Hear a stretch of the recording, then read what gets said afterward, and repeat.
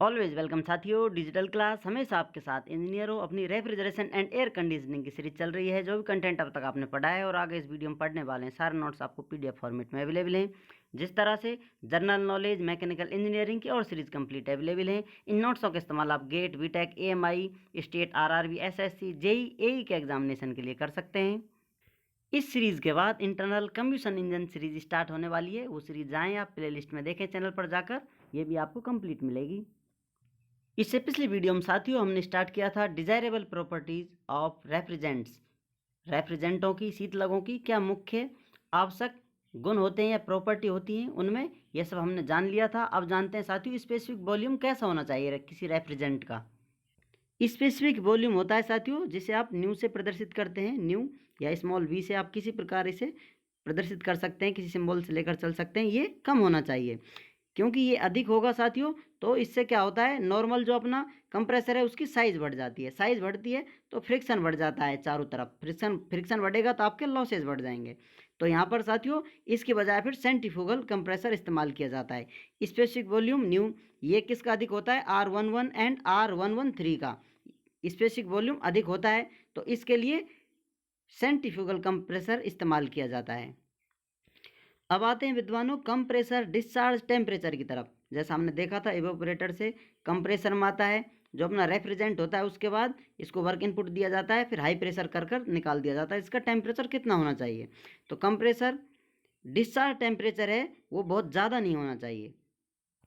High temperature तो हो ही जाता है, हाई टेम्परेचर प्रेशर तो किया ही जाता है, लेकिन very high compressor discharge temperature is not desirable, इसकी ज़्यादा आवश्यकता नहीं है। या फिर इसको आप ज़्यादा लेकर चलेंगे तो हो सकता है आपकी लाइनें पिघल जाएं, कंप्रेसर ख़राब हो जाए। इसलिए बहुत ज़्यादा हाई कंप्रेसर डिस्चार्ज टेम्परेचर को आप अवॉइड कर कर चलेंगे, ज़्यादा नहीं होना चाहिए। ये सीरीज में डिस्चार्ज टेम्परेचर किस प्रकार है, कंप्रेसर में किस प्रकार प्रेशर इंक्रीज डिक्रीमेंट होता है, इसके लिए आपको पिछली वीडियोस देखनी होंगी सीरीज की। यहाँ पर आप कंटिन्यू चलते आ रहे हैं तो हम मानकर चल रहे हैं आपको सब कुछ जो पीछे बताया गया है वीडियोज में सब कुछ आता है। अब आते हैं साथियों अमोनिया की तरफ। फॉर्मूला होता है इसका, केमिकल फॉर्मूला NH3 अमोनिया जिसे हम कहते हैं। इसका डिस्चार्ज टेम्परेचर ज़्यादा होता है, अधिक होता है, इसलिए अधिक होने की वजह से वाटर कूल्ड कंप्रेसर की आवश्यकता होती है। कंप्रेसर को वाटर से ठंडा किया जाता है, अन्यथा उससे लॉस होने पिघल जाएगा, घर्षण से बहुत सारे लॉस होते रहते हैं, फ्रिक्शन होते हैं, उसके साथ साथ स्ट्रेंथ कम हो जाती है। जैसा आप समझते हैं हाई टेम्परेचर करने पर जो भी लॉस आएंगे, इसलिए इसको कम लेकर चला जा रहा है। इसको ठंडा कर दिया जाता है वाटर से, इसमें पानी चला दिया जाता है, धीरे धीरे इसकी हीट रिजेक्ट होती रहती है। इससे क्या होता है, अमोनिया हम इस्तेमाल करते हैं तो रेफ्रिजरेशन इफेक्ट है वो बढ़ जाता है, उसके साथ साथ ही वर्क इनपुट भी बढ़ जाता है। और जैसा हम जानते हैं अमोनिया की गामा की वैल्यू होती है, एडियाबैटिक इंडेक्स की वैल्यू हाई होती है। तो यहाँ पर साथ ये सब बढ़ने से क्या हो रहा है, रेफ्रिजरेशन इफेक्ट बढ़ रहा है, वर्क इनपुट बढ़ रहा है, तो आपकी COP रहेगी, कोफिशिएंट ऑफ परफॉर्मेंस, वो तो लगभग समान ही रहेगी, सेम रहेगी। यदि COP को बढ़ाया जाता है या अधिक होती है किसी रेफ्रिजरेंट से तो रनिंग कॉस्ट उसकी कम हो जाती है। ये सब हम स्टडी करते आ रहे हैं। क्योंकि आपको कोफिशिएंट ऑफ परफॉर्मेंस चाहिए, अच्छा मिल रहा है आपको, तो आप बहुत ज़्यादा लागत खर्च करने की आवश्यकता नहीं होगी। रनिंग कॉस्ट परफॉर्मेंस करता रहेगा आपका सिस्टम, बहुत ज़्यादा पैसे उसमें बर्बाद नहीं होंगे। Latent heat of vaporization of NH3 is high.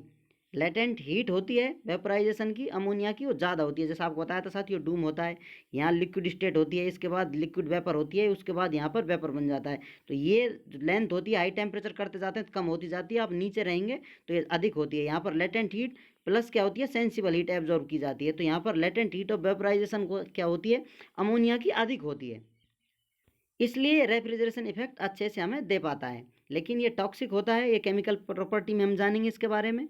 हर जगह हर रेफ्रिजरेंट का इस्तेमाल नहीं किया जा सकता, जैसा आपको पिछली वीडियोज में डिटेल में बताया जा चुका है। और बता देते हैं लेटेंट हीट क्या होती है साथियों, कोई सब्सटेंस है, सब्सटेंस का टेम्परेचर इंक्रीज कर रहा है तो सेंसिबल हीट होती है।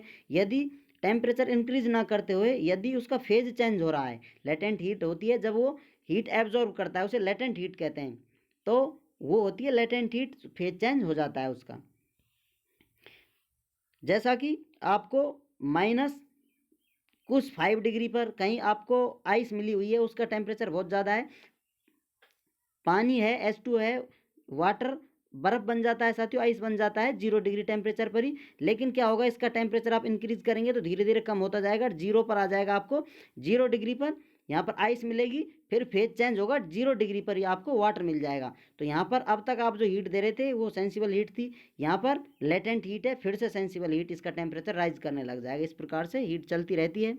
कुछ एक्स्ट्रा ऐड करना चाहते हैं तो आपके लिए स्पेस अवेलेबल है, बाकी हम आपको बताते रहते हैं, इनफ है, ये आप कंटिन्यू कर चलते रहें।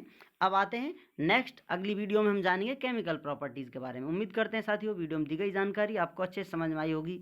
अभी भी आपको कोई कन्फ्यूज़न है तो आप हमसे कमेंट कर पूछ सकते हैं साथियों। आप चाहें तो कॉन्टैक्ट कर सकते हैं।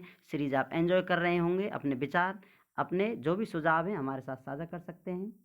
इसी के साथ साथ विद्वानों एक जानकारी और साझा कर देते हैं आपके साथ। हाथी के दांत खाने के और होते हैं, दिखाने के और होते हैं। तो ये दुनिया जैसी है वैसी दिखती नहीं है, जैसी दिखती है वैसी होती नहीं है। इसलिए वास्तविकता से अपने आप को कनेक्ट रखें। आसमान में उड़ने का ख्याल अच्छा है, लेकिन ज़मीनी हकीकत भी आपको पता होना चाहिए। वीडियो को अंत तक देखने के लिए, चैनल को सपोर्ट करने के लिए आपका दिल की गहराइयों से बहुत बहुत धन्यवाद। मिलते हैं नेक्स्ट वीडियो में। जय हिंद, वंदे मातरम।